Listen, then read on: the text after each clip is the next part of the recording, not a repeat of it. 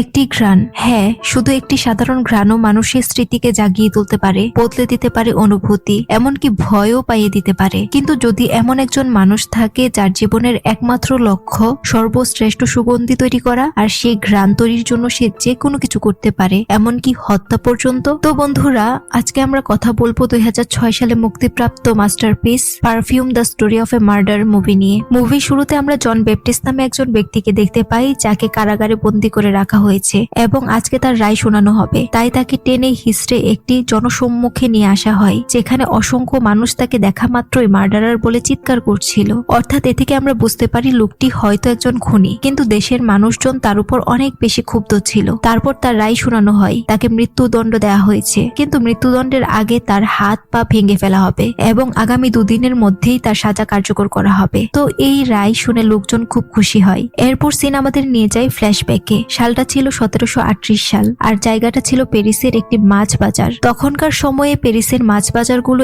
এত নোংরা ছিল যেটা এখনকার মানুষ কল্পনাও করতে পারে না। তো সেখানে আমরা একটি মহিলাকে দেখতে পাই, যে কিনা প্রেগন্যান্ট ছিল। তো কিছুক্ষণের মধ্যেই তার ব্যথা শুরু হয়ে যায় এবং সে একটি বাচ্চা প্রসব করে। তো এটা ছিল তার 6ষ্ঠতম বাচ্চা। অর্থাৎ এর আগেও তার 5টা বাচ্চা হয়েছিল, যার মধ্যে কিছু ছিল মৃত আর কিছু ছিল প্রতিবন্ধী, যার ফলে সে সবগুলো বাচ্চাকেই ফেলে দিয়েছিল। তো এবারও তার বাচ্চাটি জন্মের পর কোনো শব্দ করছিল না, তাই সে ভাবছিল এই বাচ্চাটিও হয়তো মৃত বা প্রতিবন্ধী। তাই সে বাচ্চাটিকে মাছের ময়লার মধ্যে ফেলে রাখে। ময়লার সাথে বাচ্চাটিকেও নদীতে ফেলে দেওয়া হবে। আর এই বাচ্চাটি ছিল জন ব্যাপটিস্ট, যাকে মৃত্যুদণ্ডের সাজা দেওয়া হয়েছে। তো যাই হোক, বাচ্চাটি কোনো সাধারণ বাচ্চা ছিল না। তার নাক ছিল পৃথিবীর শ্রেষ্ঠতম নাক, অর্থাৎ সে যে কোনো কিছুর ঘ্রাণ নিতে পারত এবং প্রত্যেকটা ঘ্রাণকে সে আলাদা আলাদা ভাবে ফিল করতে পারত। তাকে যেহেতু মাছের ময়লায় ফেলে রেখেছে, তাই সে পচা দুর্গন্ধে নিঃশ্বাস নিতে পারছিল না। তাই বাচ্চাটি সেখানেই চিৎকার শুরু করে দেয়। তখন আশেপাশের লোকজন বাচ্চাটিকে দেখতে পায়, আর তারা বুঝতে পারে বাচ্চাটি নবজাতক শিশু এবং বাচ্চাটির মা তাকে জন্মের পর ময়লায় ফেলে দিয়েছে। তাই তখন বাজারের লোকজন জন ব্যাপটিস্টের মাকে ধরে ফেলে আর তাকে ফাঁসিতেও ঝুলায়। কারণ তখনকার নিয়ম ছিল,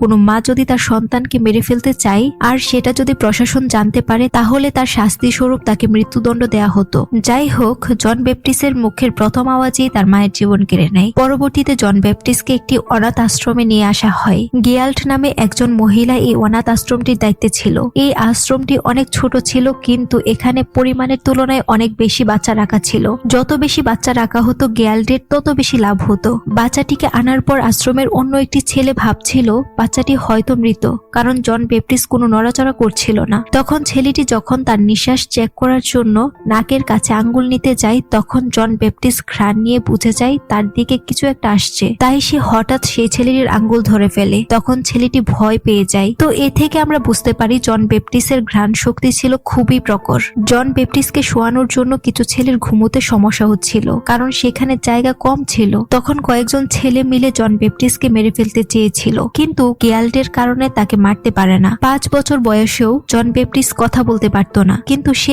এমন একটি প্রতিভা নিয়ে জন্মেছিল যা তাকে পৃথিবীতে অদ্বিতীয় করে তুলেছিল। সে শুকনো কাঠ, গাছের পাতা এবং ফলের ঘ্রাণ আলাদা আলাদা ভাবে ফিল করত। তার দিকে কেউ কিছু ছুঁড়ে মারলে সে সেটা আগেই টের পেয়ে যেত ঘ্রাণ শক্তি দিয়ে। আর একটু বড় হওয়ার পর জন ব্যাপটিস্ট কথা বলতে পারত। তখন সে চোখ না দেখেই শুধুমাত্র ঘ্রাণ নিয়ে বুঝতে পারত তার সামনে কি কি আছে। যেমন তার সামনে যদি কোনো নদী থাকতো, তাহলে সেই নদীর পানির নিচে কি কি আছে সে সেটাও বলে দিতে পারত ঘ্রাণ নিয়ে। 13 বছর বয়সে গিয়াল্ট তাকে একটি চামড়ার ব্যবসায়ীর কাছে বিক্রি করে দেয়। জন ব্যাপটিস্টের আরেকটি অলৌকিক ক্ষমতা ছিল, সে যার অধীনে থাকবে সেই ব্যক্তি দিন দিন উন্নতি করতে পারবে, কিন্তু সে যখন তার মালিকের কাছ থেকে অন্য মালিকের কাছে চলে আসবে, তখন আগের মালিক কোনো না কোনো ভাবে মারা যেত। গিয়াল্টের ক্ষেত্রে তাই হয়েছে। জন ব্যাপটিস্টকে বিক্রি করে বাড়ি ফেরার পথে ছিনতাইকারী তাকে মেরে তার কাছে থাকা টাকা নিয়ে নেয়। চামড়ার কারখানায় কোনো ছেলে 5 বছরের বেশি জীবিত থাকতে পারত না, কারণ এখানে অমানবিক নির্যাতন করে কাজ করানো হতো। কেউ যদি 5 বছরের বেশি টিকে যেত, সেটা হতো তার জন্য সৌভাগ্য। জন ব্যাপটিস্ট সেখানে মনোযোগ দিয়ে কাজ করত প্রতিদিন 15 থেকে 16 ঘন্টা, আর এভাবে সে হয়ে ওঠে সেখানকার সবচেয়ে পরিশ্রমী ব্যক্তি। তাই তার মালিক খুশি হয়ে তাকে শহরের চামড়া ডেলিভারির কাজ দেয়। প্রথম দিন মালিক তাকে সাথে নিয়ে যায়, তখন সে এই প্রথমবার শহরের চাকচিক্য দেখে অবাক হয়ে যায়, আর সেই সাথে শহরে এসে নতুন নতুন ঘ্রাণের সাথে পরিচিত হচ্ছিল। ঘ্রাণ নিতে নিতে সে একটি সুগন্ধির দোকানে এসে থেমে যায়, আর তখন সে এত পারফিউম দেখে অবাক হয়ে যায়। এই প্রথমবার সে বুঝতে পারলো তার জানাশোনার বাহিরেও আরো অনেক ঘ্রাণ রয়েছে, যা সে কখনোই জানতো না। তখন সে দেখতে পায় দোকানে এমোরোসাইকি নামে একটি পারফিউম বিক্রি করছে, যেটা ছিল বর্তমান সময়ের সবচেয়ে ফেমাস এবং সবচেয়ে দামি পারফিউম। জন বেপটিস্ট মন ভরে সেই পারফিউমের ঘ্রাণ নিচ্ছিল, আর ঠিক তখনই হঠাৎ আরো একটি সুঘ্রাণ তার নাকে আসে, যেটা তাকে পাগল করে তোলে। সে সেই সুঘ্রাণের পিছনে ছুটে, আর কিছু দূর আসার পর সে একটি অপরূপ সুন্দরী মেয়েকে দেখতে পায়, যে কিনা ঝুড়িতে করে ফল বিক্রি করছে, আর সেই সুঘ্রাণটা এই মেয়ের শরীর থেকে আসছিল। তখন জন বেপটিস্ট মেয়েটির পিছন পিছন আসতে থাকে। মেয়েটি বুঝতে পেরে দাঁড়িয়ে পড়ে আর তাকে কিছু ফল দিয়ে বলে সে এগুলো কিনবে কিনা। তখন জন বেপটিস্ট মেয়েটির হাত ধরে সেখান থেকে সুঘ্রাণ নিতে থাকে। তখন মেয়েটি ভয় পেয়ে দৌড়ে চলে যায়। জন বেপটিস্ট পিছন পিছন দৌড়াতে থাকে, কিন্তু কিছুটা সামনে আসার পর তাকে হারিয়ে ফেলে। জন বেপটিস্ট হন্যে হয়ে মেয়েটিকে খুঁজতে থাকে, যে কোনো মূল্যে হোক তার সেই মেয়েটিকে লাগবে। সে এই ঘ্রাণ কখনোই হারাতে চায় না। পাগলের মতো খুঁজতে থাকে, আর কিছুক্ষণ পর সে মেয়েটিকে পেয়েও যায়। তারপর মেয়েটির পিছনে দাঁড়িয়ে আবার ঘ্রাণ নিতে থাকে। মেয়েটি বুঝতে পেরে পিছনে তাকাতেই জন বেপটিস্ট তার মুখ চেপে ধরে, আর ঠিক তখনই সে কারো পায়ের শব্দ শুনে কিছুটা আড়ালে চলে যায়। আর তখনও সে মেয়েটির মুখ চেপে ধরে রেখেছিল, যার ফলে নিঃশ্বাস বন্ধ হয়ে মেয়েটি সেখানেই মারা যায়। জন বেপটিস্ট বুঝতে পারে মেয়েটি মারা গেছে, কিন্তু মেয়েটির জন্য তার বিন্দুমাত্র আফসোস হচ্ছিল না, বরং সে তখন ঘ্রাণ নিতে ব্যস্ত। আর হঠাৎ করেই সে খেয়াল করে মেয়েটি মারা যাওয়ার সাথে সাথে তার শরীরের ঘ্রাণও আস্তে আস্তে শেষ হয়ে যাচ্ছিল। তখন জন বেপটিস্ট আরো পাগল হয়ে যায়। সে এই ঘ্রাণ হারাতে চায় না। পাগলের মতো সেই মেয়েটির শরীরে ঘ্রাণ খুঁজতে থাকে, কিন্তু অবশেষে সে বুঝতে পারে মেয়েটির শরীরে আর কোনো ঘ্রাণ ছিল না। তখন সে খুবই হতাশ হয়, আর সেদিন রাতে সারা রাত ঘুমাতে পারেনি। মেয়েটার পাগল করা ঘ্রাণের শক্তি হঠাৎ করে তার কাছে এটা পরিষ্কার হয়ে গেল কেন সে এত কঠিন এবং বর্বর জীবনযাপন করছে। তার এই দুর্দশাগ্রস্ত জীবনে আরো উন্নত ভাগ্য আছে, যদি সে শিখতে পারে কিভাবে ঘ্রাণকে সংরক্ষণ করে রাখা যায়, যাতে সে কখনো আর এমন মহিমান্বিত সৌন্দর্য না হারায়। পরের সিনে আমরা বালদিনী নামে একজন পারফিউমারকে দেখতে পাই, যার এক সময় অনেক সুনাম ছিল, ভালো ভালো পারফিউম তৈরি করত, কিন্তু এখন তার থেকেও অন্যরা আরো ভালো পারফিউম তৈরি করে, যার ফলে বালদিনীর দোকান আগের মতো এত জমজমাট ছিল না। যাই হোক, বালদিনী এমোরা সাইকি নামে সেই পারফিউমটি তৈরি করার অনেক চেষ্টা করছিল, কিন্তু এই পারফিউমটি 3টি উপাদান দিয়ে তৈরি করা হয়েছিল, যার মধ্যে প্রথমটি ছিল লাইম অয়েল এবং দ্বিতীয়টি কমলার মুকুল, কিন্তু 3 নাম্বার উপাদানটি সে খুঁজে পাচ্ছিল না। অনেক চেষ্টা করেও সে এমোরা সাইকির মতো কোনো পারফিউম তৈরি করতে পারেনি। ক্লান্ত হয়ে সে যখন ঘুমাচ্ছিল, তখন তার দরজায় কড়া নাড়ে জন বেপটিস্ট। জন বেপটিস্ট তার অর্ডারকৃত চামড়া ডেলিভারি দিতে এসেছে। বালদিনী তাকে তার ল্যাবে নিয়ে আসে চামড়াটা রাখার জন্য, আর এই ল্যাবে বালদিনী পারফিউম তৈরি করে। তখন জন বেপটিস্ট এক নিমিষে তার ল্যাবে রাখা প্রতিটি উপাদানের ঘ্রাণ নিয়ে শিখে যায় কোন উপাদানের সাথে কোনটা মিক্স করলে ভালো পারফিউম তৈরি করা যায়। তখন জন বেপটিস্ট বালদিনীকে বলে, আপনার নাক এবং হাত থেকে এমোরা সাইকি পারফিউমের ঘ্রাণ পাচ্ছি, আপনি কি সেটা বানাতে চান? যদি বানাতে চান তাহলে আমি আপনাকে বানিয়ে দিতে পারবো, কারণ আমি জানি এখানে কি কি উপাদান মিক্স করা হয়েছে। বালদিনী জন বেপটিস্টকে জিজ্ঞেস করে সে কিভাবে জানে। তখন জন বেপটিস্ট বলে, আমার নাক হলো পৃথিবীর শ্রেষ্ঠতম নাক, আমি সবকিছুর ঘ্রাণ নিতে পারি। তখন জন বেপটিস্ট তাকে কিছু উপাদান দেখিয়ে বলে এগুলো দিয়ে এমোরা সাইকি পারফিউম তৈরি করা হয়েছে। তখন বালদিনী চেক করে দেখে প্রথম 2টা উপাদান মানে লাইম অয়েল এবং কমলার মুকুল একদম মিলে গেছে, আর 3 নাম্বারটা ছিল নাশপাতি এবং পেচুলি নামে 2টা উপাদান। তখন জন বেপটিস্ট সবগুলো উপাদান মিক্স করে এমোরা সাইকি তৈরি করে ফেলে, আর সেটা দেখে বালদিনী অবাক হয়ে যায়। তখন জন বেপটিস্ট বলে, এটার ঘ্রাণ খুব একটা ভালো না, আমি এর থেকেও ভালো পারফিউম তৈরি করে দিতে পারবো। এরপর সত্যি সত্যি সে এমন একটা পারফিউম তৈরি করে যেটার ঘ্রাণ নিয়ে বালদিনী কিছু সময়ের জন্য স্বর্গের অনুভূতি পায়। তারপর বালদিনী সেই চামড়া ব্যবসায়ীর কাছ থেকে জন বেপটিস্টকে কিনে নিয়ে আসে, যার ফলে সেই চামড়ার ব্যবসায়ী একটি দুর্ঘটনায় মারা যায়। এরপর জন বেপটিস্ট বালদিনীকে আরো ভালো ভালো পারফিউম তৈরি করে দিত, আর এভাবে বালদিনীর ব্যবসা আবার আগের মতোই জমজমাট হয়ে যায়। আর এভাবে জন বেপটিস্টও আস্তে আস্তে শিখে যাচ্ছিল কিভাবে ভালো ভালো পারফিউম তৈরি করতে হয়। বালদিনী জন বেপটিস্টকে বলে, প্রতিটি পারফিউমে 3টি স্তর রয়েছে, আর প্রতিটি স্তরে 4টি করে নোট রয়েছে, সব মিলিয়ে 12টি নোট রয়েছে একটি পারফিউম বানাতে। বালদিনী আরো বলে, এই 12টি উপাদানের বাইরেও 13 নাম্বার একটি উপাদান রয়েছে যেটা কেউ বানাতে পারে না। প্রাচীনকালে ফারার সমাধির এক ঝাড়ে একবার এই 13 নাম্বার উপাদানটি পাওয়া গিয়েছিল, মানে এক কথায় কেউ যদি 13 নাম্বার উপাদানটি তৈরি করতে পারে তাহলে সে পৃথিবীর 1 নাম্বার পারফিউমার হতে পারবে। তখন জন বেপটিস্ট মনে মনে চিন্তা করে নেয় 13 নাম্বার উপাদানটা সে তৈরি করবে। তখন জন বেপটিস্ট বালদিনীকে বলে ঘ্রাণ সংরক্ষণ পদ্ধতি শেখানোর জন্য, যাতে সে সবকিছুর ঘ্রাণ সংরক্ষণ করে রাখতে পারে। তো পরের দিন সকালে বালদিনী তাকে শিখায় কিভাবে গোলাপ ফুল থেকে তার ঘ্রাণ আলাদা করে সংরক্ষণ করে। প্রথমে একটি পাতল পাতন যন্ত্রের মধ্যে ফুলগুলোকে সিদ্ধ করে তারপর একটি বাষ্পীয় যন্ত্রের মধ্যে দিয়ে গোলাপের ফোঁটা ফোঁটা ঘ্রাণ আলাদা করে আর এভাবে গোলাপের সুগন্ধি সংরক্ষণ করে। জন ব্যাপটিস্ট তো খুবই খুশি, কারণ এখন সে জানে কিভাবে ঘ্রাণ সংরক্ষণ করে রাখা যায়। তাই পরের দিন জন ব্যাপটিস্ট অনেকগুলো কাঁচ, লোহা, তামা এগুলো নিয়ে সে ঘ্রাণ সংরক্ষণ করতে চায়, কিন্তু সে দেখে এখান থেকে কোনো ঘ্রাণ পাওয়া যাচ্ছিল না। এমনকি সে বালতিনের বিড়ালটিও এই পাতন যন্ত্রে ঢুকিয়ে সিদ্ধ করে সেখান থেকে ঘ্রাণ সংরক্ষণ করতে চায়, কিন্তু সে পারে না, যার ফলে রেগে মেগে সে সবকিছু ভাঙতে শুরু করে। তখন বালতিনি তাকে বোঝায় লোহা, তামা, কাঁচ, বিড়াল, মানুষ এগুলোর ঘ্রাণকে সংরক্ষণ করা যায় না। এটা শুনে জন ব্যাপটিস্ট সেখানেই সেন্সলেস হয়ে যায়। এরপর সে অনেকদিন বিছানায় পড়ে থাকে, মানে দিন দিন সে অসুস্থ হয়ে পড়ছিল। তখন একদিন বালতিনি তাকে জানায় ইনফ্লোরেন্স পদ্ধতির মাধ্যমে সে সবকিছুর ঘ্রাণ সংরক্ষণ করে রাখতে পারবে। জন ব্যাপটিস্ট শিখতে চাইলে বালতিনি তাকে জানায় এই বিষয়ে সে কিছুই জানে না, তবে সে গ্রাস শহরে গেলে সেখানে শিখতে পারবে। তাই জন ব্যাপটিস্ট তাকে পারফিউমের উপর 100টি ফর্মুলা দেয় আর বিনিময়ে সে একটি পারমিশন লেটার নেয়, যাতে সহজেই সে গ্রাস শহরে ঢুকতে পারে, কারণ পারমিশন লেটার ছাড়া সে সেখানে ঢুকতে পারবে না। এরপর জন ব্যাপটিস্ট রওনা দেয় গ্রাস শহরের উদ্দেশ্যে।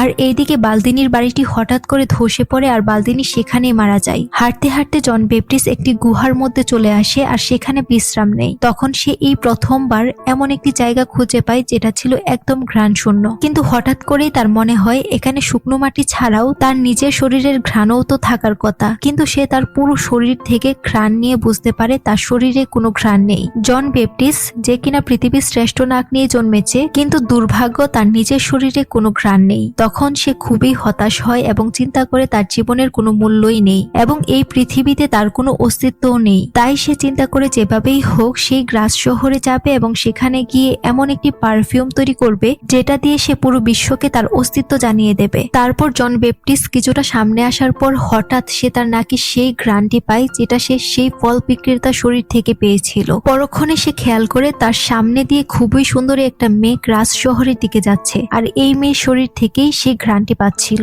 তখন সে মেয়েটির পিছু নিতে নিতে গ্রাস শহরে চলে আসে আর জানতে পারে এই মেয়েটি হলো এই শহরের সবচেয়ে ধনী ব্যক্তির মেয়ে। সে মেয়েটির বাড়ির চারপাশে ঘুরতে থাকে আর মুগ্ধ হয়ে তার শরীরে ঘ্রাণ নিতে থাকে। মেয়েটির নাম ছিল লরা। পরের দৃশ্যে আমরা জন ব্যাপটিস্টকে দেখতে পাই সে ইনফ্লুরেন্সে কাজ করছে, যেখানে ঘ্রাণ সংরক্ষণ করা হয়। সে খুবই দক্ষতার সাথে সেখানে কাজ করছিল। পরের দিন রাতে জন ব্যাপটিস্ট তার আসল খেলা শুরু করে দেয়। সে একটি মেয়েকে মেরে তার লাশটি সেই ইনফ্লুরেন্সের যন্ত্রের মধ্যে ডুবিয়ে সেখান থেকে ঘ্রাণ বের করার চেষ্টা করছিল। মানুষের জীবন তার কাছে মূল্যহীন ছিল, তার মধ্যে কোনো দয়া মায়া ছিল না। তার একমাত্র লক্ষ্য ছিল শুধু ঘ্রাণ নেওয়া। তার জন্মই যেন শুধু ঘ্রাণ নেওয়ার জন্যই হয়েছে। যাই হোক, জন ব্যাপটিস্ট আবারও ব্যর্থ হয়। সে ইনফ্লুরেন্সের মাধ্যমে মানুষের শরীরে ঘ্রাণ সংরক্ষণ করতে পারেনি। তাই সে পরবর্তীতে একটি পতিতালয়ে আসে আর একটি মেয়েকে ভাড়া করে, কিন্তু মেয়েটি তার কার্যকলাপ থেকে ভয় পেয়ে যায়, কারণ জন ব্যাপটিস্ট চাইছিল মেয়েটি চুপচাপ বসে থাকবে আর সে তার শরীরে এক ধরনের প্রাণীর চর্বি লাগাবে। তারপর সেটা তুলে পরীক্ষা করে দেখবে চর্বির সাথে মেয়েটির শরীরের ঘ্রাণ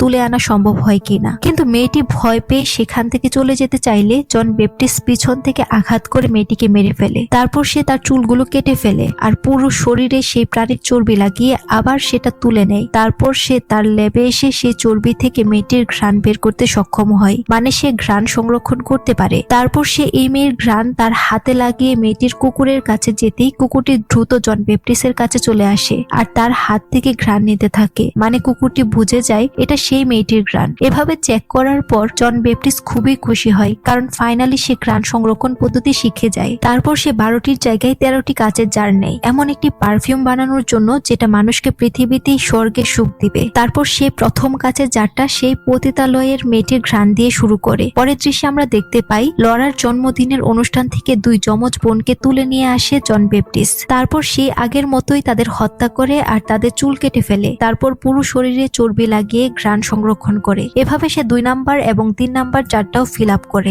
জন ব্যাপটিস্ট মেয়েদের লাশগুলো শহরের বিভিন্ন জায়গায় ফেলে দিয়ে আসতো। হঠাৎ এত লাশ দেখে শহরে আতঙ্ক ছড়িয়ে পড়ে। সেই সাথে কারফিউ জারি করা হয় যেন কোনো সুন্দরী মেয়ে ঘর থেকে বের না হয়। আর জন ব্যাপটিস্ট একে একে 12টি মেয়েকে হত্যা করে তার 12টি পারফিউম নোট ফিল আপ করে ফেলে। এখন বাকি থাকে শুধু একটা, আর এই একটা ঘ্রাণ সে লরার শরীর থেকে নেবে। শহরে কঠোর নিরাপত্তা ব্যবস্থা নেওয়া হয়, কাউকে ঘর থেকে বের হতে দিচ্ছিল না। এমনকি মানুষজন তাদের দরজা জানালা আরো মজবুত করছিল যেন তাদের মেয়েরা নিরাপদে থাকে। ওইদিকে জন ব্যাপটিস্ট 12টি নোট একসাথে করে একটি পারফিউম তৈরি করে, তবে এখনো 13 নাম্বার উপাদান উপাদানটি বাকি আছে, যেটা সংগ্রহ করতে পারলেই সে হয়ে যাবে পৃথিবীর সেরা পারফিউমার। শহরের সব মানুষ একটি গির্জায় একত্র হয়, আর তখন খবর আসে খুনি ব্যক্তিটি ধরা পড়েছে আর সে স্বীকার করেছে সবাইকে সে হত্যা করেছে। তখন সবাই খুবই খুশি হয় আর স্বস্তির নিঃশ্বাস ফেলে। খুনি ধরা পড়ায় সবাই খুশি হলেও লরার বাবা অ্যান্টনি খুশি হয় না। সে শহরের মেয়রকে জানায় যে এই ব্যক্তি খুনি হতে পারে না, কারণ জবানবন্দিতে সে বলেছে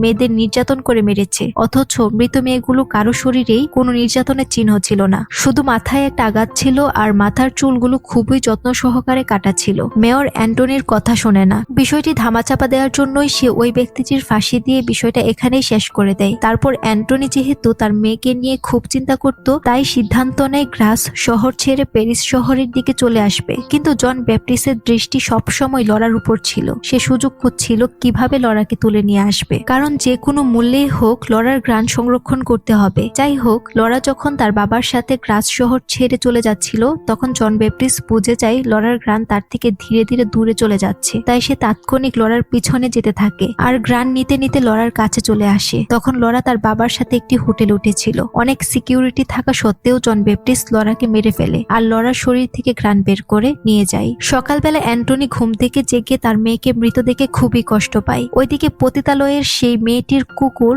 জন ব্যাপটিস্টের রুমে মাটি খুঁড়ে মেয়েটির জামা এবং চুল বের করে ফেলে। পরবর্তীতে আইন শৃঙ্খলা বাহিনী এসে পুরো রুমটি তল্লাশি করতেই সেখানে আরো 11টা মেয়ের জামা সহ চুল খুঁজে পায়। তখন সবাই বুঝে যায় জন ব্যাপটিস্টই আসল খুনি। পরের দৃশ্যে আমরা জন ব্যাপটিস্টকে দেখতে পাই, যে কিনা তার কাঙ্ক্ষিত সেই পারফিউমটি তৈরি করে ফেলেছে। আগের 12টা উপাদানের সাথে লরার ঘ্রাণ মিক্স করে সেই মহিমান্বিত সৌন্দর্য ভরা পারফিউমটি তৈরি করে ফেলে। আর ঠিক তখনই সেখানে পুলিশ চলে আসে আর জন ব্যাপটিস্টকে গ্রেফতার করে নিয়ে যায়। জন ব্যাপটিস্টকে কারাগারে বন্দী করে অনেক নির্যাতন করা হয়। তখন লরার বাবা এসে জন ব্যাপটিস্টকে জিজ্ঞেস করে কেন সে তার মেয়েকে হত্যা করেছে। উত্তরে জন ব্যাপটিস্ট বলে তার প্রয়োজন ছিল, তাই সে হত্যা করেছে, আর কোনো কথাই বলে না। পরের সিনে আবার আমাদের বর্তমান সময়ে নিয়ে আসে। আজকেই জন ব্যাপটিস্টের মৃত্যুদণ্ড কার্যকর করা হবে। তাই জন ব্যাপটিস্টকে নিয়ে যাওয়ার জন্য একজন ঊর্ধ্বতন কর্মকর্তা সাথে 2 জন গার্ড নিয়ে আসে। আর ঠিক তখনই জন ব্যাপটিস্ট তার হাতে থাকা সেই পারফিউমের বোতলটি খুলে দিলে সেখানকার সিকিউরিটি গার্ড সহ বাকি সবাই পারফিউমের ঘ্রাণে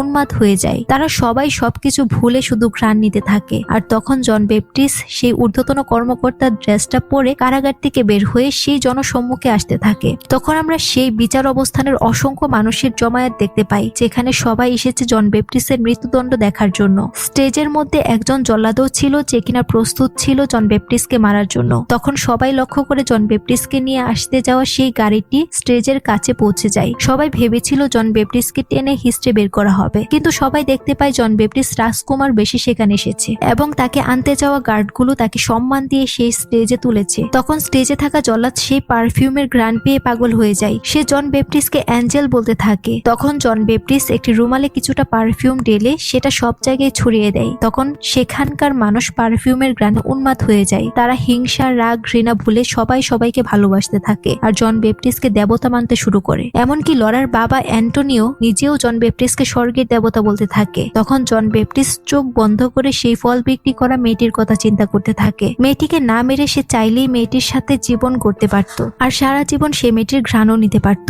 আসলে জন ব্যাপটিস্ট বুঝতে পারছিল এই যে সবাই তাকে এত সম্মান দিচ্ছে এটা শুধুমাত্র তার পারফিউমের জন্য। যতক্ষণ পারফিউমের ঘ্রাণ থাকবে ততক্ষণ সে চাইলেই প্যারিসের রাজাকেও তার গোলাম বানিয়ে রাখতে পারবে। কিন্তু প্রকৃতপক্ষে আসলে কেউ জন ব্যাপটিস্টকে সম্মান করবে না বা মনেও রাখবে না যদি তার পারফিউমটি না থাকে। এসব কথা চিন্তা করতে করতে জন ব্যাপটিস্ট কান্নায় ভেঙে পড়ে। তারপর সে সবকিছু ছেড়ে আবার তার জন্মস্থানে চলে আসে, যেই মাছ বাজারের ময়লার মধ্যে তার জন্ম হয়েছিল। সেখানে এসে পুরো পারফিউমটা তার নিজের শরীরে ঢেলে দেয়। আর তখন আশেপাশের মানুষ তার উপর হুমড়ি খেয়ে পড়ে। সবাই জন ব্যাপটিস্টকে ছিন্ন বিচ্ছিন্ন করে ফেলে। শেষে সেখানে শুধু জন ব্যাপটিস্টের পোশাকটা পরে থাকে। আর এভাবেই ইতি ঘটে প্যারিসের শ্রেষ্ঠ নাক নিয়ে জন্মানো ব্যক্তিটির। আর মুভিটি এখানেই শেষ হয়। তো বন্ধুরা, মুভিটি কেমন লাগলো অবশ্যই কমেন্টে জানাবে এবং সাবস্ক্রাইব করে আমাদের পাশে থাকবে। ধন্যবাদ।